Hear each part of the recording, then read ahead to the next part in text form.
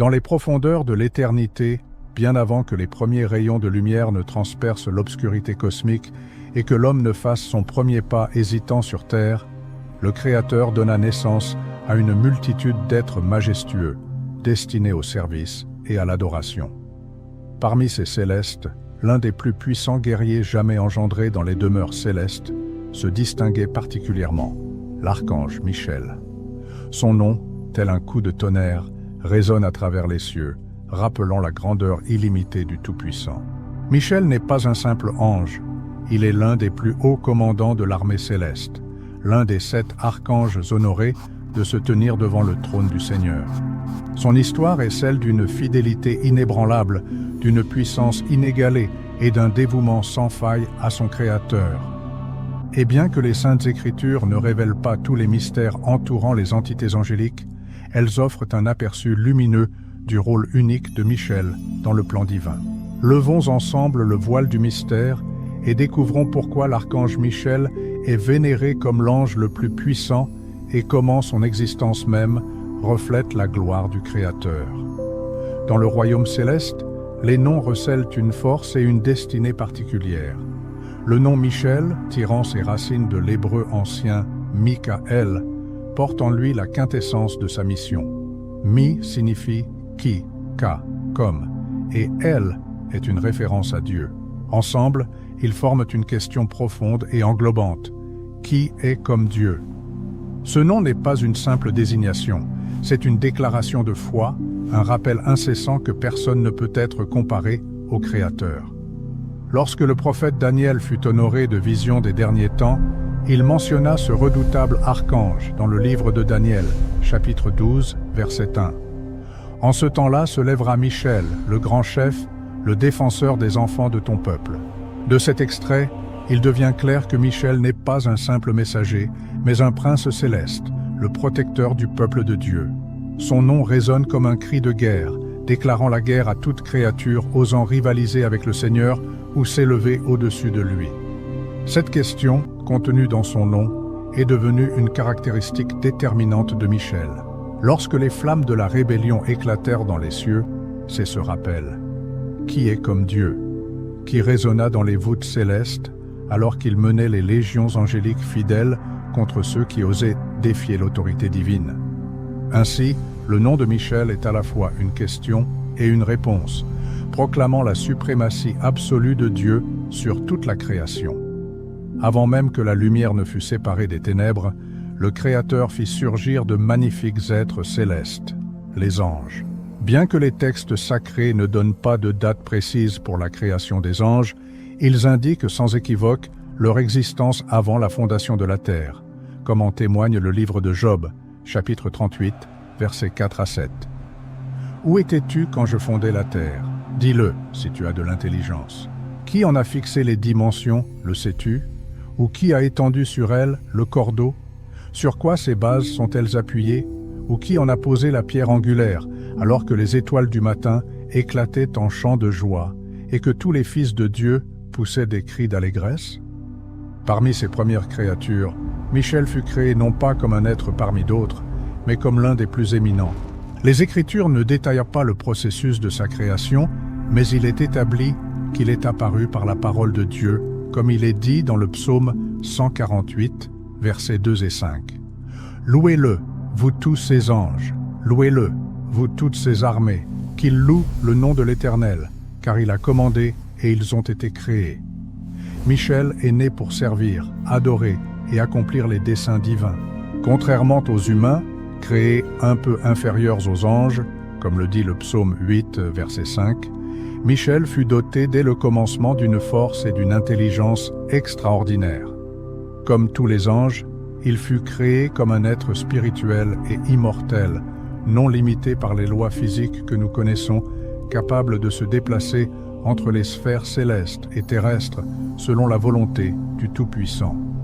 Le royaume céleste se distingue par une merveilleuse hiérarchie. L'Écriture sainte ne fournit pas une description exhaustive des 9 ordres angéliques, mais certains passages permettent de se faire une idée de cette organisation divine. La première épître aux Colossiens, au chapitre 1, verset 16, déclare « car en lui ont été créées toutes les choses qui sont dans les cieux et sur la terre, les visibles et les invisibles, trône, dignité, domination, autorité. Tout a été créé par lui et pour lui. Dans cette hiérarchie céleste de trône, dignité, domination et autorité, Michel occupe une place d'honneur en tant qu'archange. Dans le 9e verset de la première épître de Jude, il est clairement désigné. Or, l'archange Michel, lorsqu'il contestait avec le diable et lui disputait le corps de Moïse, n'osa pas porter contre lui un jugement injurieux, mais dit « Que le Seigneur te réprime ». Le titre d'archange se traduit par « chef des anges » ou « ange du plus haut rang », ce qui témoigne de sa position élevée. La tradition parle de 7 archanges se tenant devant le trône du Seigneur, s'appuyant sur des textes comme le 2e verset du chapitre 8 de l'Apocalypse de Jean. « Et je vis les 7 anges qui se tiennent devant Dieu, et 7 trompettes leur furent données. » Et bien que seuls Michel et Gabriel soient spécifiquement nommés dans la Bible, le rôle de Michel en tant que l'un des 7 archanges lui confère une autorité particulière. Comme Gabriel lui-même l'a déclaré dans le 19e verset du 1er chapitre de l'Évangile de Luc, « Je suis Gabriel, qui me tient devant Dieu. » De même, Michel demeure invariablement en présence divine, prêt à exécuter les décrets célestes avec puissance et autorité. Peu de créatures ont l'honneur de servir si près du trône du Seigneur que l'archange Michel. Cette proximité ne lui fut pas simplement accordée, mais méritée par une dévotion inébranlable et une fidélité absolue. Dans le livre du prophète Daniel, nous voyons des mentions de cette position particulière où Michel est nommé l'un des premiers princes, chapitre 10, verset 13, et le grand chef, le défenseur des enfants de ton peuple, chapitre 12, verset 1. La vision du prophète Isaïe nous donne une idée de l'ambiance céleste dans laquelle Michel sert. « Je vis le Seigneur assis sur un trône très élevé, et les pans de sa robe remplissaient le temple. Des séraphins se tenaient au-dessus de lui. Ils avaient chacun 6 ailes, 2 pour se couvrir la face, 2 pour se couvrir les pieds, et 2 pour voler. » Chapitre 6, versets 1 et 2.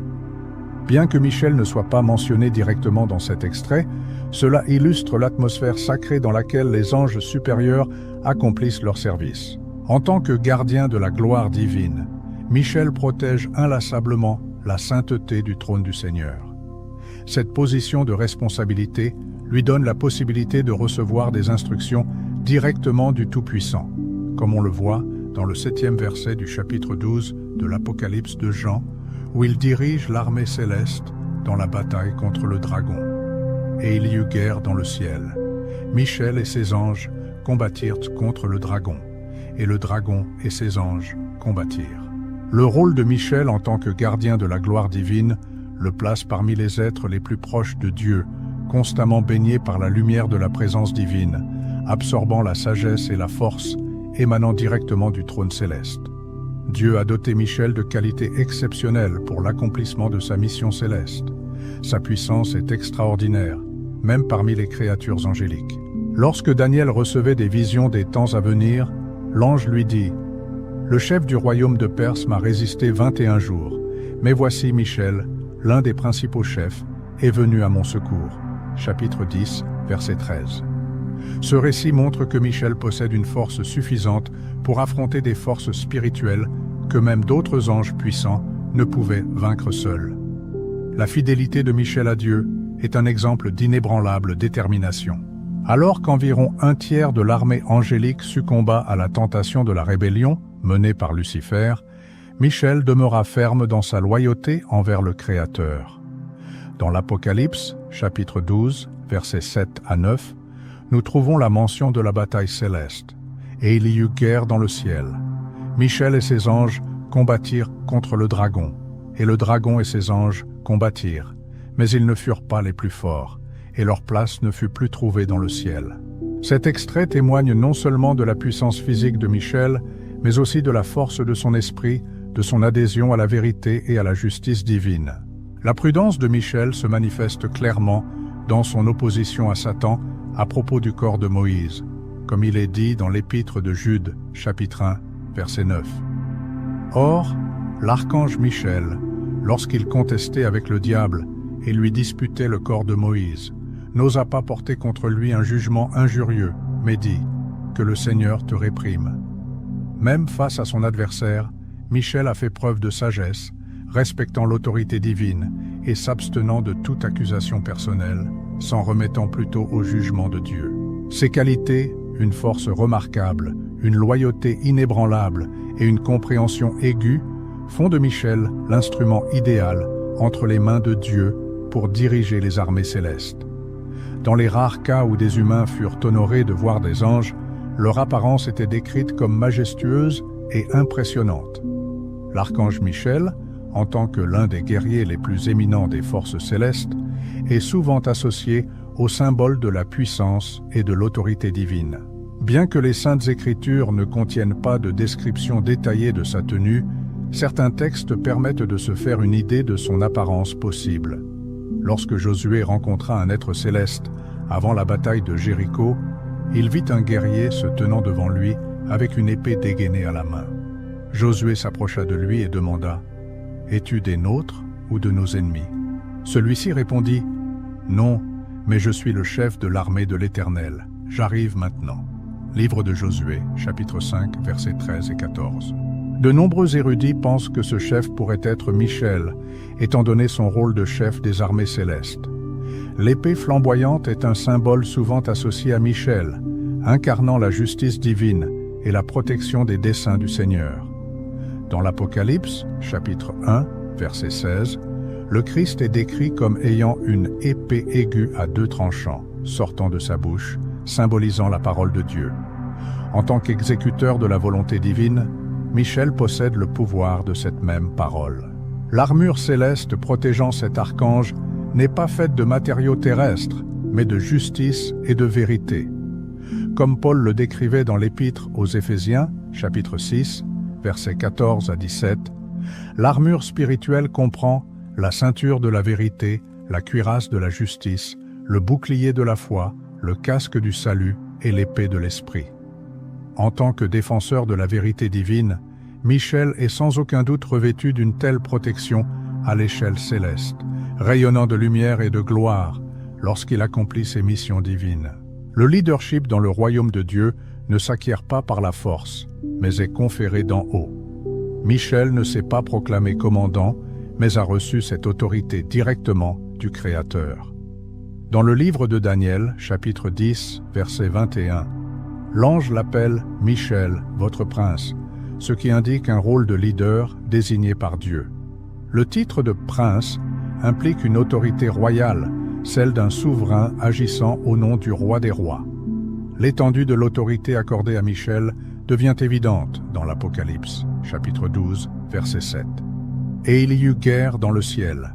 Michel et ses anges combattirent contre le dragon. Il convient de noter les mots « ses anges », c'est-à-dire ceux qui sont sous le commandement de Michel. Cela montre clairement que Dieu a placé des légions entières de créatures célestes sous son autorité.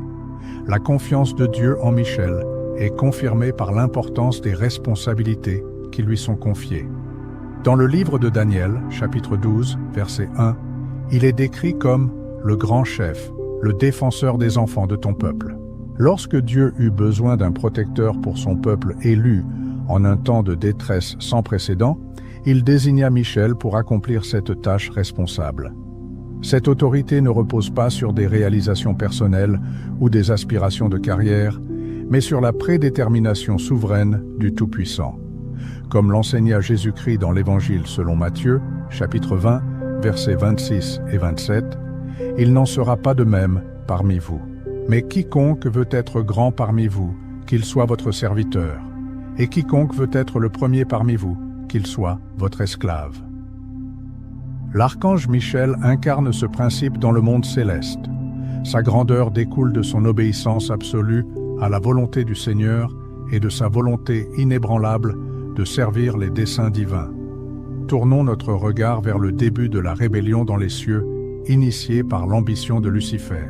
L'harmonie céleste, qui régnait depuis la création du monde, commença à s'effondrer lorsque des pensées séditieuses germèrent dans le cœur de l'un des plus beaux anges jamais créés par Dieu. Lucifer, porteur de lumière, commença à s'extasier sur sa propre beauté et à se demander pourquoi il ne pourrait pas être plus que ce qu'il était. Le prophète Ézéchiel révèle ce processus de décomposition interne dans le chapitre 28 du livre d'Ézéchiel, versets 12 à 15. « Tu étais le sceau de la perfection, plein de sagesse, parfait en beauté. Tu étais en Éden, le jardin de Dieu. Tes vêtements étaient ornés de toute espèce de pierres précieuses. Tu étais un chérubin protecteur, aux ailes déployées, je t'avais établi. Tu étais sur la sainte montagne de Dieu. Tu marchais au milieu des pierres étincelantes. Tu fus intègre dans tes voies, depuis le jour où tu fus créé, jusqu'à ce que l'iniquité se trouvât en toi. » Le prophète Isaïe éclaire également les pensées ambitieuses qui s'emparèrent de Lucifer. Dans le chapitre 14 du livre d'Isaïe, versets 12 à 14, nous lisons « Te voilà tombé du ciel, astre brillant, fils de l'aurore. Tu es abattu à terre, toi qui foulais les nations. Tu disais en ton cœur, je monterai au ciel, j'élèverai mon trône au-dessus des étoiles de Dieu. Je m'assiérai sur la montagne de l'assemblée, aux extrémités du septentrion. Je monterai sur le sommet des nues, je serai semblable au Très-Haut. » C'est ainsi que commença la discorde dans les cieux, autrefois immaculés, où il n'y avait jamais eu de rébellion. Le désir d'être semblable à Dieu commença à corrompre le cœur de celui qui était appelé à diriger l'adoration. Considérons maintenant comment Lucifer réussit à rallier de nombreux anges à sa rébellion.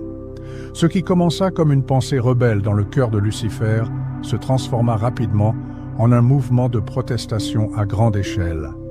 À l'aide de discours flatteurs et de promesses de liberté et de toute puissance, l'ange déchu commença à attirer d'autres célestes à sa cause. Sa tactique était simple mais efficace, remettre en question l'autorité du Seigneur et proposer une voie plus parfaite, une voie où les anges pourraient être les maîtres absolus d'eux-mêmes. L'ampleur de cette séduction est révélée dans le livre de l'Apocalypse, où Jean écrit au chapitre 12, verset 4, « Sa queue entraîna le tiers des étoiles du ciel et les jeta sur la terre. » Les étoiles, dans ce contexte, symbolisent les anges qui furent trompés et entraînés dans la rébellion. Un tiers de tous les anges, un nombre stupéfiant, furent convaincus de se rebeller contre leur Créateur. L'apôtre Pierre donne plus de détails dans la deuxième épître de Pierre, au chapitre 2, verset 4. « Car, si Dieu n'a pas épargné les anges qui ont péché, mais les a précipités dans les abîmes de ténèbres et les a livrés pour être gardés pour le jugement. » Et Jude ajoute au 6e verset de son épître, « Et qu'il a réservé pour le jugement du grand jour, enchaînés éternellement par les ténèbres, les anges qui n'ont pas gardé leur dignité, mais qui ont abandonné leur propre demeure. » Ces anges échangèrent la magnificence de la présence de Dieu contre de vaines promesses d'indépendance. Ils renoncèrent à leur place d'honneur dans les cieux pour suivre celui qui s'était rebellé contre le dessein divin.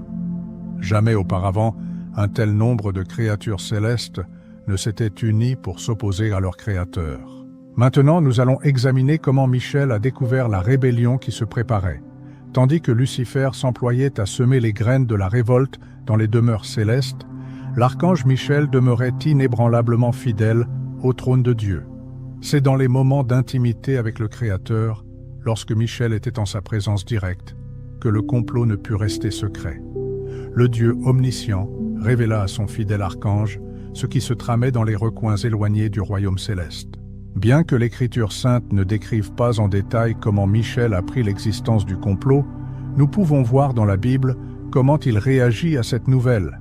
Son nom même, Michel, qui signifie « qui est comme Dieu », devint l'expression de sa fidélité inébranlable face à la rébellion imminente.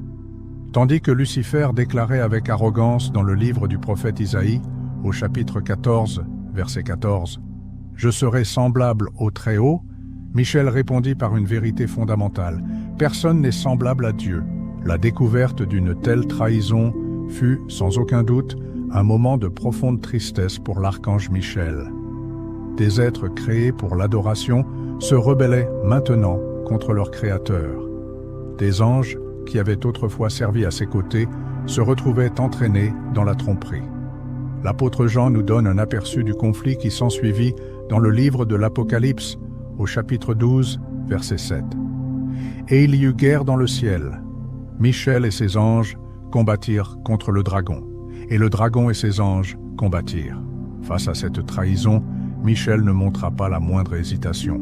Sa voix était absolument claire, défendre l'honneur de Dieu et l'ordre divin établi depuis le début des temps. La bataille pour les esprits et les cœurs des anges avait commencé, et Michel, l'archange fidèle, était prêt à diriger l'armée céleste contre celui qui avait osé défier le Tout-Puissant. Nous allons maintenant voir comment tous les anges durent faire un choix définitif. Un moment décisif de vérité était arrivé dans les cieux. Il n'y avait plus de place pour la neutralité ou l'indécision. Chaque ange se tenait désormais devant le choix le plus important de son existence: rester fidèle à son Créateur ou se joindre à la rébellion. Michel parcourut les domaines célestes, proclamant l'ultimatum de Dieu et appelant chaque être céleste à déclarer ouvertement sa position. Le choix qui s'offrait à eux était d'une clarté absolue. Comme Jésus l'expliqua plus tard dans l'Évangile de Matthieu, au chapitre 12, verset 30, « Celui qui n'est pas avec moi est contre moi, et celui qui n'assemble pas avec moi disperse. » Il n'y avait pas de juste milieu, pas de troisième option. Chaque ange devait prendre une décision. Servirait-il Dieu ou suivrait-il Lucifer dans sa rébellion? Beaucoup avaient déjà été ébranlés par les promesses flatteuses de Lucifer, comme Jean l'avait vu dans le livre de l'Apocalypse, au chapitre 12, verset 4. Sa queue entraîna le tiers des étoiles du ciel et les jeta sur la terre. Mais maintenant, face à l'ultimatum divin, une ligne de démarcation claire était tracée. D'un côté se tenaient ceux qui, comme Michel, proclamaient « Qui est comme Dieu ?» reconnaissant la suprématie absolue du Créateur. De l'autre côté se trouvaient ceux qui, comme Lucifer, disaient en leur cœur, comme il est écrit dans le livre du prophète Isaïe, au chapitre 14, versets 13 et 14, « Je monterai au ciel, je serai semblable au Très-Haut. » L'Écriture sainte révèle l'issue de cette division céleste dans le livre de l'Apocalypse, au chapitre 12, verset 8. « Mais ils ne furent pas les plus forts, et leur place ne fut plus trouvée dans le ciel. » Le choix était fait, et il n'y avait plus de retour en arrière possible. Ceux qui avaient choisi la rébellion devaient faire face aux conséquences terrifiantes de leur décision, tandis que ceux qui étaient restés fidèles se préparaient à la bataille qui allait changer à jamais l'histoire des cieux. Maintenant, nous allons examiner attentivement comment Michel a organisé l'armée céleste pour la bataille décisive. Lorsque la frontière entre les forces fidèles et les forces rebelles fut clairement définie, le moment de l'organisation de la défense céleste était venu. Grâce à sa loyauté inébranlable et à sa position élevée, Michel fut nommé commandant suprême des armées célestes. Sous sa direction, les anges qui étaient restés fidèles s'unirent, prêts à défendre l'honneur de Dieu et l'ordre divin de l'univers. Le livre de l'Apocalypse nous donne un aperçu de cette organisation militaire céleste, où il est dit au chapitre 12, verset 7. « Et il y eut guerre dans le ciel. Michel et ses anges combattirent contre le dragon. » Il convient de noter l'expression « ses anges ». C'étaient des guerriers prêts à servir sous le commandement direct de Michel, reconnaissant son autorité divine en tant que leur chef. Dans le livre de Daniel, nous trouvons encore plus de preuves du rôle de Michel en tant que chef militaire céleste. Dans Daniel, chapitre 12, verset 1, il est appelé le grand chef. Et dans Daniel, chapitre 10, verset 13, l'un des principaux chefs. Le mot « chef » ici a une connotation militaire et de leadership, indiquant que Michel n'était pas seulement un guerrier, mais aussi un stratège et un général. La formation de cette armée céleste était conforme aux principes divins d'ordre et de dessein. Paul écrira plus tard dans l'Épître aux Éphésiens, chapitre 6, verset 11, « Revêtez-vous de toutes les armes de Dieu, afin de pouvoir tenir ferme contre les ruses du diable. » De même, Michel organisa ses guerriers célestes, les préparant à l'affrontement imminent. Chaque ange se vit attribuer une place, chaque unité une tâche spécifique, et tous étaient unis sous le commandement de l'archange, qui portait en lui la question rhétorique la plus puissante de l'univers. Qui est comme Dieu? Maintenant, nous allons suivre l'affrontement décisif entre les forces de Michel et celles de Satan. le moment de la confrontation directe est arrivé dans les sphères célestes. Les armées étaient alignées de part et d'autre. D'un côté, Michel menait les anges fidèles. De l'autre, le grand dragon Lucifer, désormais connu sous le nom de Satan, l'adversaire, commandait les rebelles. S'ensuivit le plus grand conflit jamais vu dans les cieux. Ce fut une bataille non seulement de force, mais aussi de vérité contre le mensonge, de loyauté contre la trahison. Jean l'apôtre décrit cet affrontement épique dans l'Apocalypse, chapitre 12, versets 7 et 8. « Et il y eut guerre dans le ciel. Michel et ses anges combattirent contre le dragon. Et le dragon et ses anges combattirent, mais ils ne furent pas les plus forts, et leur place ne fut plus trouvée dans le ciel. La bataille fut féroce, mais l'issue n'a jamais fait de doute. Ceux qui s'étaient rebellés contre le Tout-Puissant ne pouvaient pas l'emporter. Au centre de ce conflit cosmique se tenaient deux commandants, Michel, dont le nom même défiait l'orgueil de l'ennemi, et le dragon, qui avait osé usurper le trône de Dieu. Entre eux, il n'y eut pas seulement un choc de force, mais un affrontement fondamental de principes. Michel combattait pour la vérité, à savoir que seul Dieu est suprême, tandis que le dragon défendait le mensonge, selon lequel les créatures pouvaient rivaliser avec leur Créateur. La bataille dans le ciel a démontré à toutes les créatures que la rébellion contre Dieu entraîne des conséquences. Comme Paul écrira plus tard dans l'Épître aux Romains, chapitre 6, verset 23, « Car le salaire du péché, c'est la mort. » Pour les anges rebelles, le résultat fut l'expulsion du ciel et la perte de leur position antérieure, un sort terrible pour des êtres qui avaient autrefois connu la gloire de la présence divine. Maintenant, nous allons examiner le résultat final de la bataille céleste et l'expulsion des anges rebelles.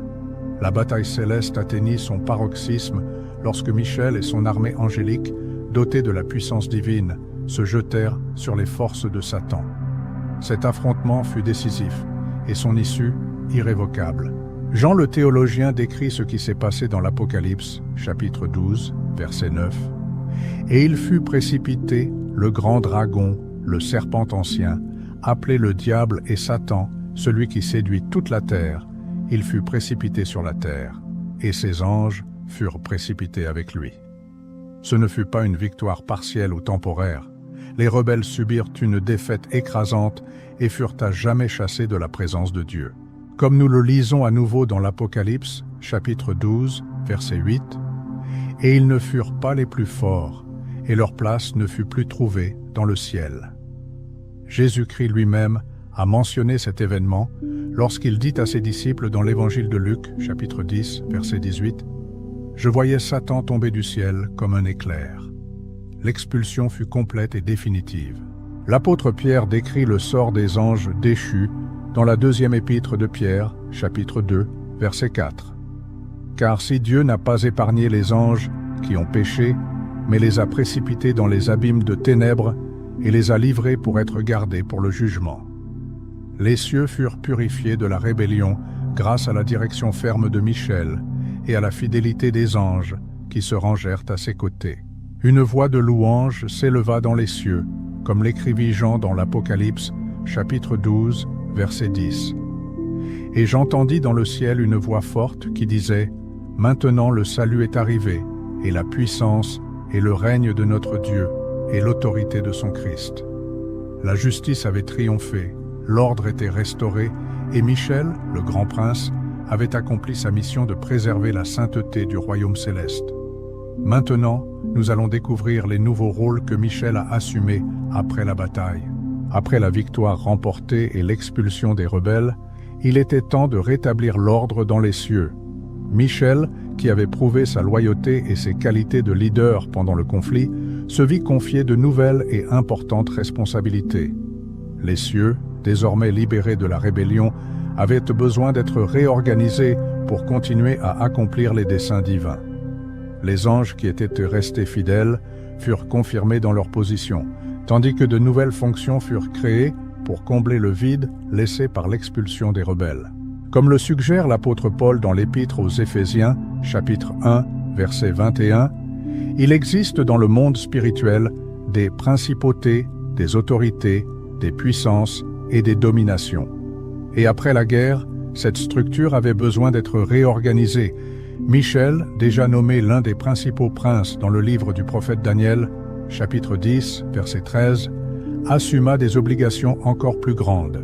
Son rôle de protecteur du peuple de Dieu devint plus évident, comme nous le voyons dans le livre du prophète Daniel, chapitre 12, verset 1. Et en ce temps-là, se lèvera Michel, le grand chef, le défenseur des enfants de ton peuple. Outre ses fonctions de protection, Michel reçut également l'autorité de continuer à s'opposer aux forces du mal, agissant désormais depuis la terre. Dans l'épître de Jude, verset 9, nous le voyons actif même après la grande bataille. Or l'archange Michel, lorsqu'il contestait avec le diable et lui disputait le corps de Moïse, n'osa pas porter contre lui un jugement injurieux, mais dit « Que le Seigneur te réprime ». La réorganisation du royaume céleste après la guerre marqua un nouveau chapitre dans l'histoire de la création. Dans son infinie sagesse, Dieu utilisa même cet épisode tragique de rébellion pour manifester encore plus sa justice et sa gloire. Et Michel, l'archange fidèle, se retrouva plus proche que jamais du trône, servant de gardien non seulement des cieux, mais aussi du peuple élu de Dieu sur terre. Maintenant, examinons attentivement comment Michel a assumé le rôle exceptionnel de gardien du peuple d'Israël. Lorsque le Tout-Puissant choisit un peuple pour qu'il devienne sa propriété exclusive, il désigna également un puissant protecteur pour le préserver. L'archange Michel reçut cet honneur sans précédent d'exercer les fonctions de protecteur céleste d'Israël. Cette nomination n'était pas un concours de circonstances fortuites, mais faisait plutôt partie intégrante du plan divin de Dieu visant à préserver le peuple d'où viendrait le Messie. Dans le livre du prophète Daniel, nous trouvons la mention la plus claire de cette mission particulière. Dans le chapitre 12, verset 1 du livre de Daniel, il est écrit « En ce temps-là se lèvera Michel, le grand chef, le défenseur des enfants de ton peuple. » Cet extrait de texte témoigne que Michel n'est pas un simple gardien, mais un grand prince, spécialement désigné pour la défense d'Israël. La fonction protectrice de Michel prend sa source dans l'alliance que le Seigneur conclut avec Abraham. Dans le chapitre 12 du livre de la Genèse, verset 3, le Tout-Puissant promit « Je bénirai ceux qui te béniront, et je maudirai ceux qui te maudiront, et toutes les familles de la terre seront bénies en toi. » Pour accomplir cette promesse de protection, Dieu désigna Michel comme le défenseur céleste de son peuple élu. Tout au long de l'histoire d'Israël, nous pouvons observer des épisodes où des interventions miraculeuses ont sauvé le peuple de l'extermination. Lors de l'exode d'Égypte, dans le chapitre 14 du livre de l'Exode, versets 19 et 20, il est décrit « L'ange de Dieu, qui allait devant le camp d'Israël, partit et alla derrière eux, et la colonne de nuée, qui allait devant eux, partit et se tint derrière eux. Elle se plaça entre le camp des Égyptiens et le camp d'Israël. » De nombreux érudits suggèrent que cet ange de Dieu aurait pu être Michel, remplissant son rôle de protecteur. Même pendant les périodes les plus difficiles de l'histoire d'Israël, Michel est resté vigilant, assurant la préservation du peuple élu de Dieu pour l'accomplissement des desseins divins. Maintenant, nous allons nous intéresser à l'un des récits les plus impressionnants de guerre spirituelle impliquant Michel, consigné dans le livre de Daniel. Pendant que Daniel priait et jeûnait pendant 3 semaines, une bataille acharnée se déroulait dans le royaume invisible. Un messager céleste fut envoyé à Daniel, mais il se heurta à une féroce résistance spirituelle. Dans le chapitre 10 du livre de Daniel, versets 12 et 13, le messager explique « Ne crains rien, Daniel, car dès le premier jour où tu as appliqué ton cœur à comprendre et à t'humilier devant ton Dieu, tes paroles ont été entendues, et c'est à cause de tes paroles que je suis venu. Mais le chef du royaume de Perse m'a résisté 21 jours, et voici Michel, l'un des principaux chefs, est venu à mon secours, et je suis resté là auprès des rois de Perse. » Cet extrait lève le voile séparant le monde physique du monde spirituel, démontrant que des batailles invisibles se déroulent sans cesse. Le chef du royaume de Perse n'était pas un souverain humain, mais une entité spirituelle détenant le pouvoir sur cette région et s'opposant au plan de Dieu pour Israël. l'intervention de Michel fut nécessaire pour surmonter cette résistance. En tant que l'un des principaux chefs, Michel possédait l'autorité et la force pour s'opposer à cette force spirituelle. Le messager reconnaît que sans l'aide de Michel, il n'aurait pas pu franchir la barrière spirituelle pour atteindre Daniel. Plus loin dans le chapitre 10 du livre de Daniel, versets 20 et 21, le messager ajoute « Sais-tu pourquoi je suis venu vers toi ? Maintenant, je m'en retourne pour combattre le chef de la Perse.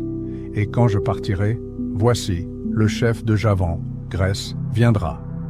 Mais je te ferai connaître ce qui est écrit dans le livre de la vérité. Personne ne m'aide contre cela, si ce n'est Michel, votre chef. » Cette affirmation confirme que Michel ne participait pas seulement à des batailles isolées, mais qu'il était constamment impliqué dans un conflit spirituel plus vaste, protégeant le peuple de Dieu des forces des ténèbres. Plongeons dans la confrontation directe entre Michel et Satan, un épisode qui révèle les facettes du caractère et de la puissance de l'archange. Un cas intrigant, mentionné dans la brève épître de Jude, attire particulièrement l'attention, décrivant une dispute entre Michel et Satan à propos du corps de Moïse. Au 9e verset du premier chapitre du livre de Jude, nous trouvons ces mots. « Or, l'archange Michel, lorsqu'il contestait avec le diable et lui disputait le corps de Moïse, n'osa pas porter contre lui un jugement injurieux, mais dit « Que le Seigneur te réprime ». Ce récit concis nous transporte à la période suivant la mort de Moïse, lorsque son corps devint une pomme de discorde entre Michel et Satan. Dans le Deutéronome, au chapitre 34, versets 5 et 6, nous apprenons que Moïse, serviteur du Seigneur, mourut dans le pays de Moab, sur l'ordre du Tout-Puissant, qui l'enterra dans la vallée, en face de Beth-Péor, et jusqu'à présent, personne ne sait où se trouve sa tombe. Cet enterrement inhabituel, effectué par Dieu lui-même, fut apparemment la cause de la dispute rapportée par Jude. Une caractéristique remarquable de cet événement est l'attitude de Michel envers son ennemi éternel. Même doté de toute la force et l'autorité d'un archange, Michel ne se crut pas en droit de juger ou de condamner Satan. Au lieu de cela, il prononça « Que le Seigneur te réprime ». Cette réponse témoigne du profond respect de Michel pour l'autorité divine et de sa conscience que le droit au jugement final appartient exclusivement à Dieu. Cette confrontation à propos du corps de Moïse indique également la lutte incessante pour l'héritage de ceux qui servent le Seigneur.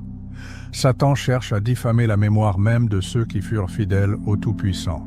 Cependant, Michel protège inlassablement le peuple de Dieu non seulement pendant sa vie, mais honore aussi sa mémoire après la mort. Tournons-nous maintenant vers le rôle de Michel dans les prophéties des derniers temps, qui furent révélées au prophète Daniel. Parmi les prophéties les plus frappantes des Saintes Écritures, les visions de Daniel concernant l'avenir lointain occupent une place particulière. À un moment charnière de ces révélations, le nom de Michel est mentionné avec une signification particulière. Dans les premières lignes du chapitre 12 du livre de Daniel, nous lisons « En ce temps-là se lèvera Michel, le grand chef, le défenseur des enfants de ton peuple. Et ce sera une époque de détresse, telle qu'il n'y en a point eu de semblable depuis que les nations existent jusqu'à cette époque. Mais en ce temps-là, ton peuple sera sauvé, tous ceux qui seront trouvés inscrits dans le livre. Plusieurs de ceux qui dorment dans la poussière de la terre se réveilleront, les uns pour la vie éternelle et les autres pour l'opprobre, pour l'horreur éternelle. Ceux qui auront été intelligents brilleront comme la splendeur du firmament, et ceux qui auront enseigné la justice à la multitude brilleront comme les étoiles, à toujours et à perpétuité. Ce passage prophétique place Michel au centre des événements finaux de l'histoire humaine. Pendant la période des plus grandes calamités, lorsque les forces du mal concentreront toute leur puissance contre le peuple de Dieu, Michel se lèvera en tant que leur protecteur. Cette expression indique une intervention divine décisive et puissante par l'intermédiaire de l'archange. Le temps, décrit comme une époque de détresse telle qu'il n'y en a point eu, marquera l'apogée de la lutte universelle entre le bien et le mal.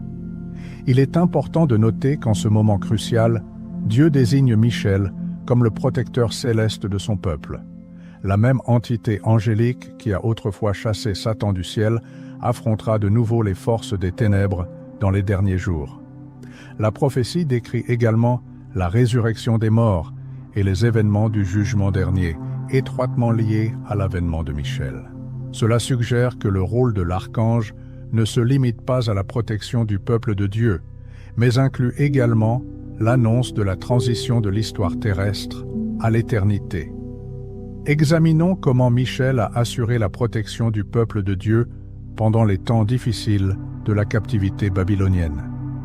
Après la chute de Jérusalem et la déportation des habitants de Juda à Babylone, il aurait pu sembler que l'espoir de l'accomplissement des promesses de Dieu s'était effondré. Cependant, même pendant cette période de châtiment national, les croyants ne furent pas sans protection céleste. Le livre du prophète Daniel révèle comment l'archange Michel a continué à accomplir sa mission de garde d'Israël tout au long de la captivité. Dans le chapitre 10 du livre de Daniel, au verset 21, le messager céleste informe le prophète Daniel « Mais je te ferai connaître ce qui est écrit dans le livre de la vérité. Personne ne m'aide contre cela, si ce n'est Michel, votre chef. » Cette déclaration souligne que même lorsque le peuple était dispersé et sous la domination d'étrangers, leur prince céleste continuait de se battre pour eux dans la sphère spirituelle. Pendant la période d'exil, on peut observer des exemples remarquables de manifestations de la protection divine. Le chapitre 3 du livre de Daniel décrit comment Ananias, Azarias et Misaël, plus connus sous les noms de Shadrach, Meshach et Abednego, furent jetés dans une fournaise ardente. Le roi Nebuchadnezzar, frappé par ce qu'il voyait, s'écria au verset 25 « Voici, je vois 4 hommes déliés qui marchent au milieu du feu, et il n'y a aucun mal en eux, et l'aspect du 4e est semblable à un fils des dieux. » Le chapitre 6 du livre de Daniel raconte comment le prophète Daniel fut jeté dans la fosse aux lions, et il témoigna au verset 22. « Mon Dieu a envoyé son ange et a fermé la gueule des lions qui ne m'ont fait aucun mal parce que j'ai été trouvé innocent devant lui. » De nombreux exégètes bibliques estiment que ces événements miraculeux auraient pu être l'œuvre de Michel, accomplissant sa tâche de protection du peuple élu. La captivité babylonienne fut une épreuve sérieuse pour la foi des Israélites, mais elle démontra également que la protection divine, exercée par l'archange Michel, n'était pas limitée par des frontières géographiques ou des conditions politiques. Même en exil, les croyants restaient sous la garde vigilante de leur grand prince céleste. Maintenant, examinons plus en détail l'un des épisodes les plus frappants de l'intervention divine à l'époque de la captivité babylonienne, un événement auquel, selon beaucoup, Michel a participé. Le 3e chapitre du livre de Daniel raconte l'histoire de 3 jeunes Hébreux qui refusèrent d'adorer l'idole d'or érigée par le roi Nebuchadnezzar. Enragé par leur insoumission, le roi ordonna de les jeter dans un four chauffé, 7 fois plus que d'habitude. La chaleur était si intense que les soldats qui les y jetaient périrent eux-mêmes des flammes. Mais quelque chose d'incroyable se produisit, raconté dans les versets 24 et 25 du 3e chapitre du livre de Daniel, décrivant la réaction du roi. Alors le roi Nebuchadnezzar fut étonné, et se leva précipitamment, et il prit la parole et dit à ses conseillers, « N'avons-nous pas jeté au milieu du feu 3 hommes liés ?» Ils répondirent au roi, « Certainement, ô roi. » Il reprit et dit, « Eh bien, je vois 4 hommes déliés qui marchent au milieu du feu, et il n'y a aucun mal en eux. Et l'aspect du 4e est semblable à un fils des dieux. » Cette 4e figure, que le roi païen nomma « semblable à un fils des dieux », a été interprétée de diverses manières. Certains y voient une apparition du Christ avant l'incarnation, tandis que d'autres pensent qu'il s'agissait d'un ange envoyé pour protéger les croyants. Compte tenu du rôle de Michel en tant que gardien d'Israël, il est fort probable que ce soit lui qui était cette figure mystérieuse. La protection fut si complète que lorsque les jeunes hommes sortirent du four, au verset 27 du 3e chapitre du livre de Daniel, il est dit « Et les satrapes, les préfets, les gouverneurs et les conseillers du roi s'assemblèrent et virent que le feu n'avait eu aucun pouvoir sur le corps de ces hommes, ni un cheveu de leur tête n'avait été brûlé, ni leurs vêtements n'avaient été changés, et même l'odeur du feu n'était pas sur eux. Ce miracle étonnant témoigne de la puissance de la protection divine sur les croyants et prouve qu'en cas de besoin, Michel peut apparaître visiblement pour remplir son rôle de gardien du peuple élu de Dieu. Maintenant, nous allons tourner notre attention vers la manière dont l'archistratège Michel participe aux batailles spirituelles qui influencent directement les royaumes terrestres et les nations qui les habitent. Les Saintes Écritures nous permettent d'entrevoir une réalité cachée aux yeux de l'homme ordinaire. Il s'agit d'une confrontation spirituelle incessante qui a un impact sur les événements se déroulant sur la planète Terre. Au cœur de cette confrontation se trouve l'archange Michel, repoussant les forces des ténèbres qui cherchent à contrôler les nations et à empêcher l'accomplissement des desseins divins. Au chapitre 10, verset 13 du livre du prophète Daniel, le messager céleste rapporte « Le chef du royaume de Perse m'a résisté 21 jours, mais voici Michel, l'un des principaux chefs, est venu à mon secours. » Cet extrait suggère que des entités spirituelles, appelées princes, sont liées à des nations spécifiques et peuvent s'opposer aux messagers envoyés par Dieu. Plus tard, au verset 20 du chapitre 10 du même livre, le messager ajoute « Maintenant, je m'en retourne pour combattre le chef de la Perse. Et quand je partirai, voici, le chef de Javan, Grèce, viendra. » Cela indique qu'à mesure que les empires terrestres atteignent leur apogée et déclinent, des batailles d'une ampleur similaire se déroulent dans le monde spirituel. L'apôtre Paul développe plus en détail cette confrontation invisible dans le 12e verset du 6e chapitre de l'Épître aux Éphésiens. « Car nous n'avons pas à lutter contre la chair et le sang, mais contre les principautés, contre les puissances, contre les dominateurs de ce monde de ténèbres, contre les esprits méchants dans les lieux célestes. » Cette description confirme l'existence de différents niveaux d'autorité spirituelle qui agissent de concert pour s'opposer à la réalisation des plans de Dieu. En tant que l'un des principaux princes, Michel est doté de l'autorité lui permettant de repousser ces forces obscures. Ces batailles sont non seulement défensives, mais aussi stratégiques, visant à assurer le triomphe de la volonté de Dieu, même face à la résistance spirituelle. Lorsque les dirigeants et les nations prennent des décisions qui affectent le peuple choisi par Dieu, on peut affirmer avec certitude que Michel agit activement en coulisses, menant la lutte contre les forces du mal qui tentent de manipuler les événements se déroulant sur Terre. Et maintenant, abordons le rôle que Michel a joué dans la protection du Fils de Dieu lui-même pendant sa mission terrestre. Lorsque la parole devint chair et apparut parmi nous, l'ennemi du genre humain tenta par tous les moyens de détruire le Messie promis. Dès la naissance de Jésus, on peut observer des signes de protection céleste l'entourant. Le chapitre 12 du livre de l'Apocalypse contient une vision symbolique que beaucoup interprètent comme se rapportant à la naissance du Christ et à la protection divine qui l'entourait. Au versets 4 et 5 du chapitre 12 de l'Apocalypse, Jean écrit « Sa queue entraîna le tiers des étoiles du ciel et les jeta sur la terre. Le dragon se tint devant la femme qui allait enfanter, afin de dévorer son enfant dès qu'elle l'aurait mis au monde. Elle enfanta un fils qui doit paître toutes les nations avec une verge de fer.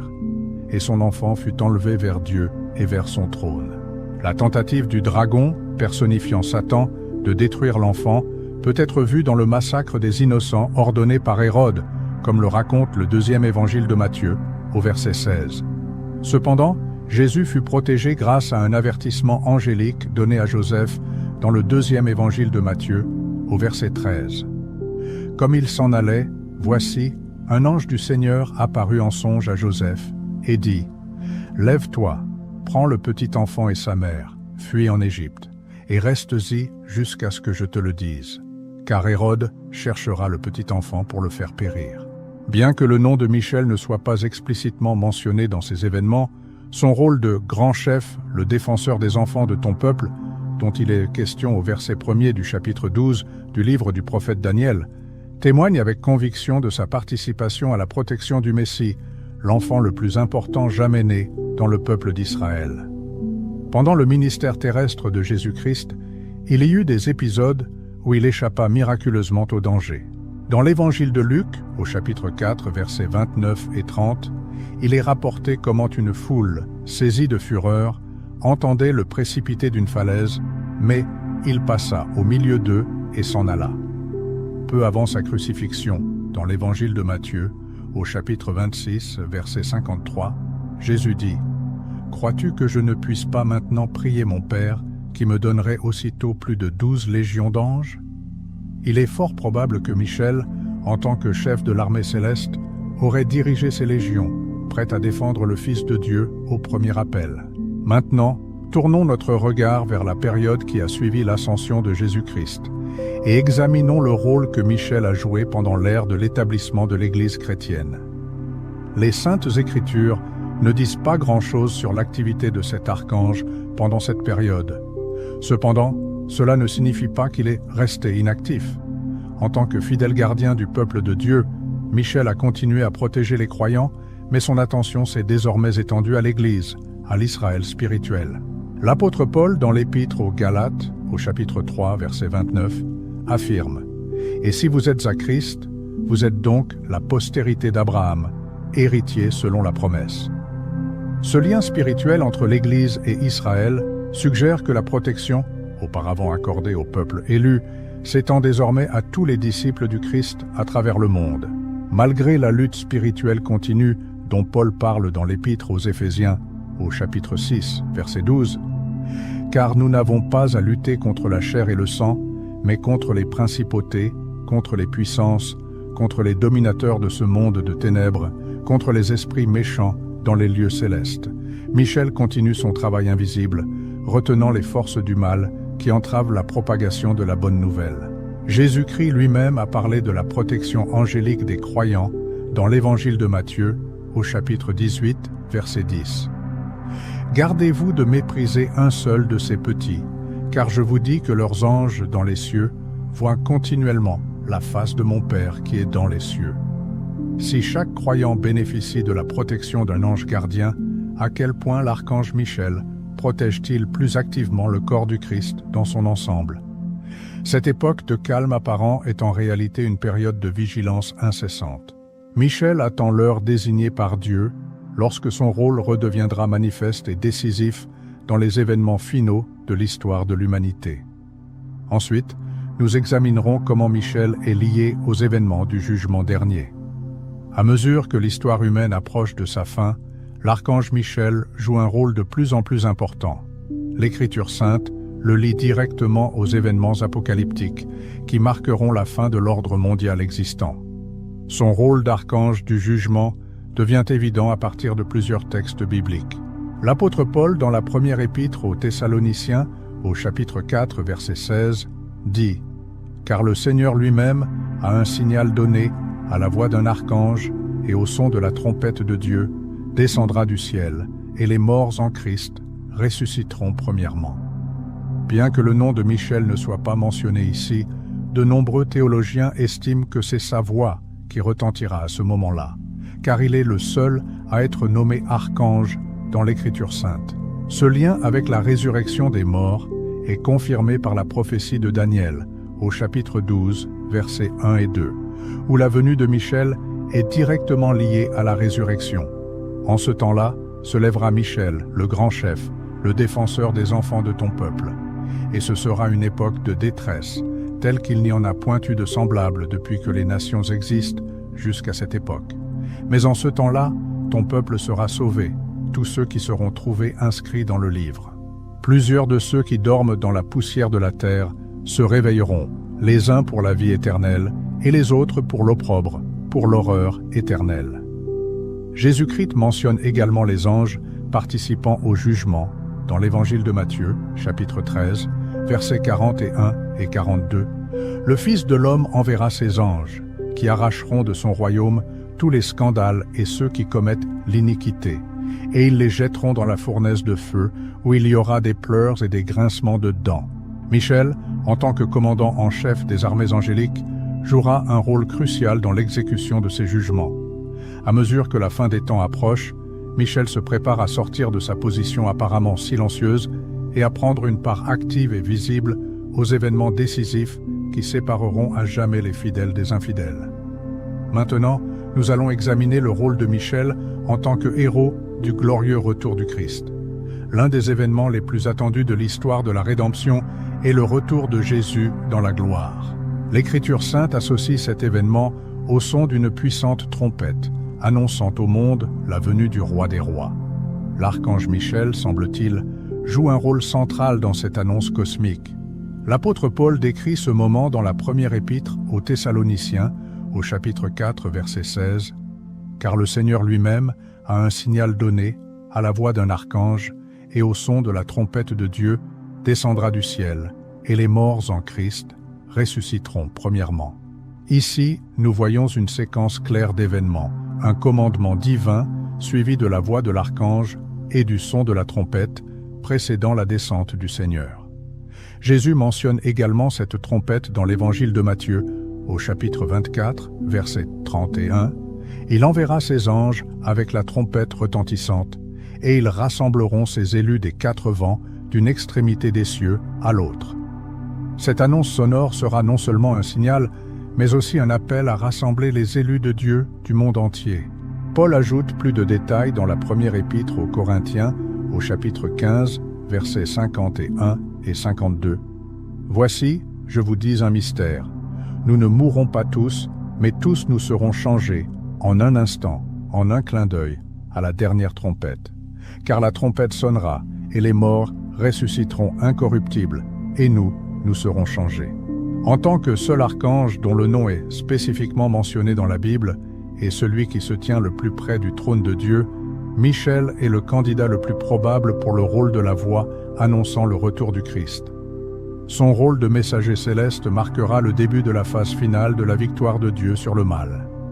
Maintenant, nous allons voir comment Michel joue un rôle décisif dans la protection des fidèles pendant les plus grandes souffrances de l'histoire de l'humanité. L'Écriture sainte parle d'un temps de détresse sans précédent qui précédera la fin de ce siècle. Ce sera une période de persécution intense contre le peuple de Dieu, lorsque les forces du mal lanceront leur dernière et la plus désespérée attaque. C'est à ce moment critique que Michel se lèvera en tant que protecteur des élus. Le prophète Daniel nous donne la description la plus claire de cette intervention au chapitre 12, verset 1.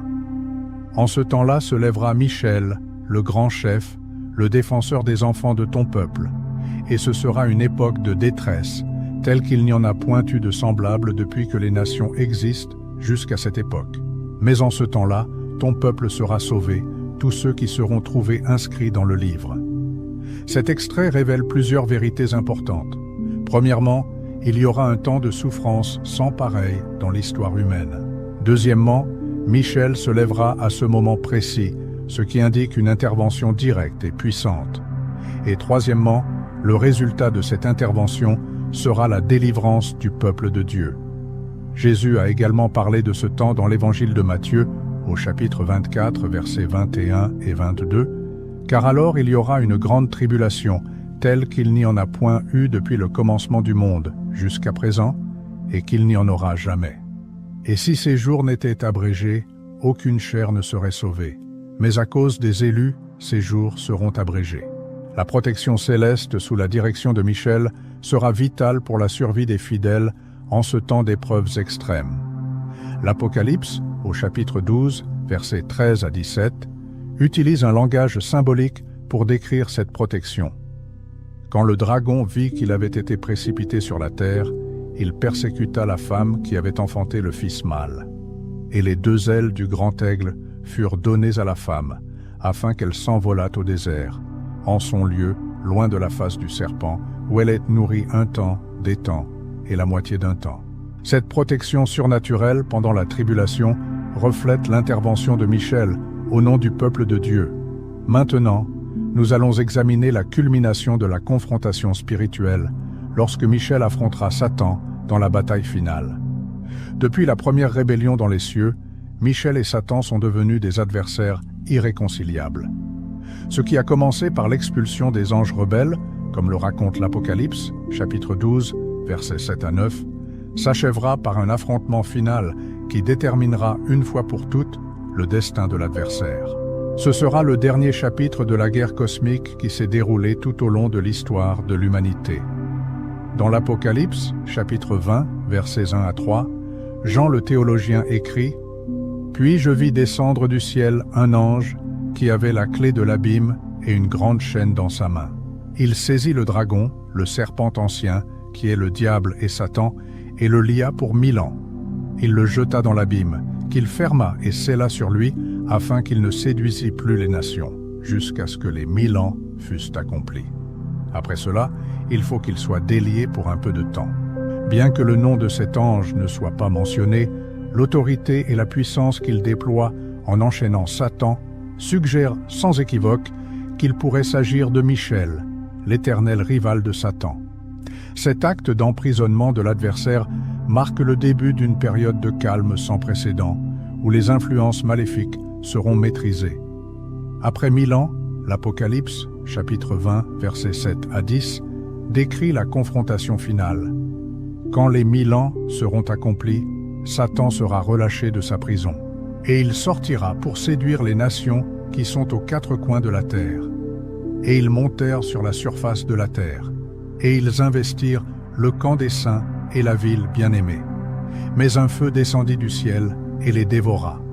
Et le diable qui les séduisait fut jeté dans l'étang de feu et de soufre.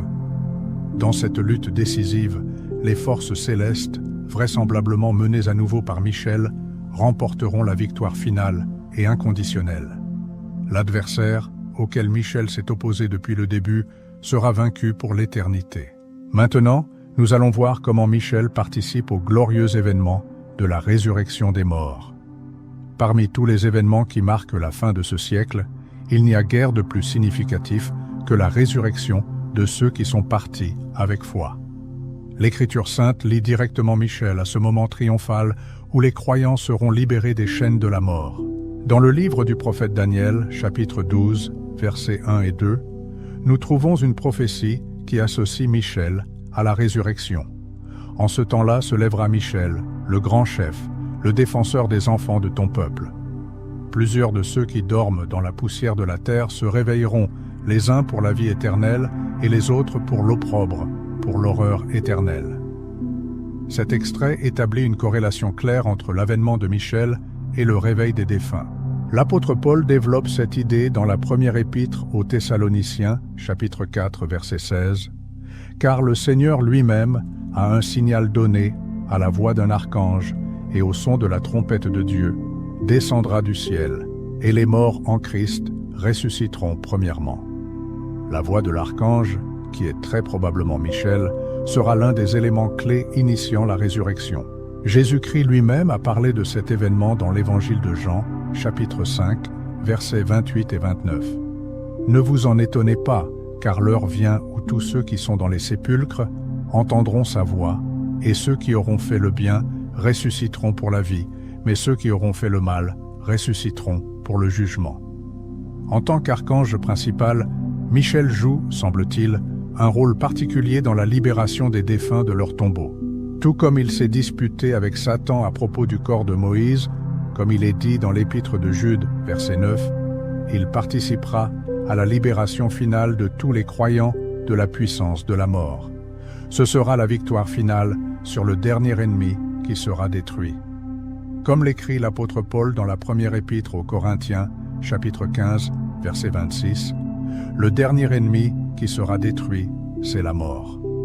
Maintenant, nous allons examiner attentivement comment Michel participe à la transmission finale du pouvoir sur toutes les nations de la planète à Jésus-Christ. Depuis la chute du premier homme, les royaumes de ce monde ont été, à des degrés divers, sous le contrôle du prince de ce monde, dont Jean a écrit dans le chapitre 12, verset 31 de son évangile. Cependant, les Saintes Écritures nous révèlent qu'un temps viendra où toute autorité terrestre passera entre les mains de son roi légitime. Michel, en tant que commandant de l'armée céleste, jouera un rôle décisif dans cette grandiose redistribution cosmique du pouvoir. Dans l'Apocalypse, chapitre 11, verset 15, Jean écrit « Le 7e ange sonna de la trompette, et il y eut dans le ciel de fortes voix qui disaient « Le royaume du monde est remis à notre Seigneur et à son Christ, et il régnera au siècle des siècles. » Cette déclaration céleste solennelle marquera le moment où toutes les nations passeront officiellement sous le règne de Jésus-Christ. Le prophète Daniel a eu une vision de ce même événement, décrite dans le chapitre 7, versets 13 et 14 de son livre. « Je regardais pendant mes visions nocturnes, et voici, sur les nuées des cieux, arriva quelqu'un de semblable à un fils de l'homme. Il s'avança vers l'Ancien des jours, et on le fit approcher de lui. On lui donna la domination, la gloire et le règne, et tous les peuples, nations et langues le servirent. Sa domination est une domination éternelle qui ne passera point, et son règne ne sera jamais détruit. En tant que fidèle gardien du peuple de Dieu et fervent défenseur de ses intérêts, Michel sera sans aucun doute présent en ce moment culminant de l'histoire de la rédemption. Après de nombreuses batailles contre les princes spirituels qui régnaient sur les nations, dont il est question dans le chapitre 10, versets 13 et 20 du livre de Daniel, Michel verra enfin ces mêmes nations être soumises à la domination absolue de Jésus-Christ. L'apôtre Paul décrit le but ultime de ce grand processus dans la première épître aux Corinthiens, chapitre 15, versets 24 et 25. Ensuite viendra la fin, quand il remettra le royaume à celui qui est Dieu et Père, après avoir détruit toute domination, toute autorité et toute puissance. Car il faut qu'il règne jusqu'à ce qu'il ait mis tous ses ennemis sous ses pieds. Michel, qui a mené d'innombrables batailles pour l'accomplissement des desseins de Dieu, sera témoin de la victoire finale et inconditionnelle de Jésus-Christ sur toutes les forces hostiles. Maintenant, tournons notre regard vers le rôle continu de Michel dans l'éternité, après l'achèvement du plan de rédemption de Dieu. Lorsque l'histoire de la rédemption aura atteint son apogée, lorsque les cieux et la terre seront renouvelés et que le mal sera vaincu pour toujours, la nécessité de la guerre spirituelle disparaîtra complètement. Cependant, cela ne signifie nullement que Michel restera inactif. En tant que l'un des êtres célestes les plus élevés, sa place d'honneur devant le trône de Dieu restera inchangée tout au long de l'éternité. Dans l'Apocalypse, chapitre 21, versets 3 et 4, Jean décrit la nouvelle Jérusalem, « Et j'entendis du ciel une voix forte qui disait, « Voici le tabernacle de Dieu avec les hommes. Il habitera avec eux, ils seront son peuple, et Dieu lui-même sera avec eux, leur Dieu. Il essuiera toute larme de leurs yeux, et la mort ne sera plus. Et il n'y aura plus ni deuil, ni cri, ni douleur, car les premières choses ont disparu. » Dans cet environnement parfait et harmonieux, Michel n'aura plus besoin de défendre le peuple de Dieu contre des ennemis perfides, car ils n'existeront plus. Au lieu de cela, son rôle se transformera en un rôle d'honneur éternel et d'adoration profonde devant le trône du Tout-Puissant. En tant que l'un des êtres les plus proches de Dieu, Michel continuera de servir en sa divine présence, rejoint maintenant par les rachetés de tous les temps. Dans le livre de l'Apocalypse, nous pouvons apercevoir des éclairs de l'ambiance céleste où Michel sert. Au chapitre 4, verset 8, sont décrits les êtres vivants entourant le trône. Les 4 êtres vivants ont chacun 6 ailes, et ils sont remplis d'yeux tout autour et au-dedans. Ils ne cessent de dire jour et nuit, « Saint, Saint, Saint est le Seigneur Dieu Tout-Puissant, qui était, qui est et qui vient. » Dans la nouvelle création, Michel continuera d'accomplir sa fonction principale, glorifier Dieu et exécuter sa sainte volonté. La seule différence est qu'il n'y aura plus de guerre et plus d'ennemis à combattre. L'archange, dont le nom a une signification profonde, qui est comme Dieu, démontrera tout au long de l'éternité, par son service, que personne ne peut vraiment être comparé au Seigneur des Seigneurs et au Roi des Rois. Chers lecteurs, notre passionnant voyage à travers les pages de l'histoire de l'archange Michel touche à sa fin. Nous avons été témoins de la manière dont son nom, porteur d'une signification profonde, qui est égal à Dieu, révèle sa tâche clé et sa position exceptionnelle au sein de l'armée céleste. Nous avons suivi son commandement dans la grandiose bataille contre Lucifer et les anges rebelles qui se sont rangés du côté du mal. Nous avons appris son rôle de protecteur d'Israël et de gardien des croyants au fil des siècles. Et, enfin, nous avons compris que Michel est destiné à jouer l'un des rôles principaux dans les événements finaux de l'histoire du monde. Michel n'est pas simplement un ange parmi une multitude. Il est le défenseur céleste de Dieu, le gardien de son peuple élu, un guerrier intrépide qui s'oppose aux forces des ténèbres et celui qui se lèvera pour défendre le bien dans les moments les plus cruciaux.